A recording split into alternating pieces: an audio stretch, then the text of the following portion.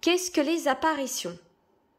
Les apparitions sont quand, par exemple, quand on parle des apparitions de la Vierge Marie, elle ne touche jamais le sol, elle est souvent suspendue. Soit elle vient avec les mains jointes pour recommander la prière, soit elle vient avec les bras écartés, c'est pour recevoir des bénédictions et des grâces.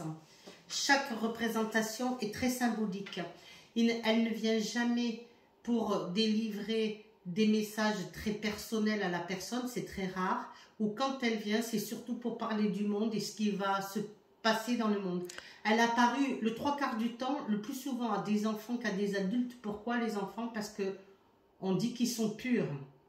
C'est surtout qu'ils ont l'innocence. L'innocence et la pureté. Mais il existe comme au Mexique, comme pour les adultes. Pour les Notre-Dame de Guadeloupe, elle a apparu à un monsieur mexicain. Indigène. Comment il s'appelle? Un indigène, Juan. Juan, je ne sais plus. Elle a apparu, Notre-Dame de Guadeloupe, pour délivrer des messages par rapport au Mexique et par rapport à tout ce qui allait se passer.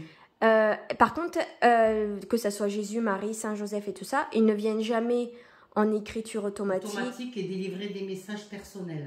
Ou en Ouija, etc.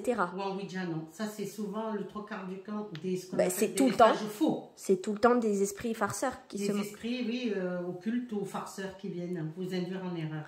Et flatter votre ego. Faites très attention à cela. Et qu'est-ce que j'ai oublié?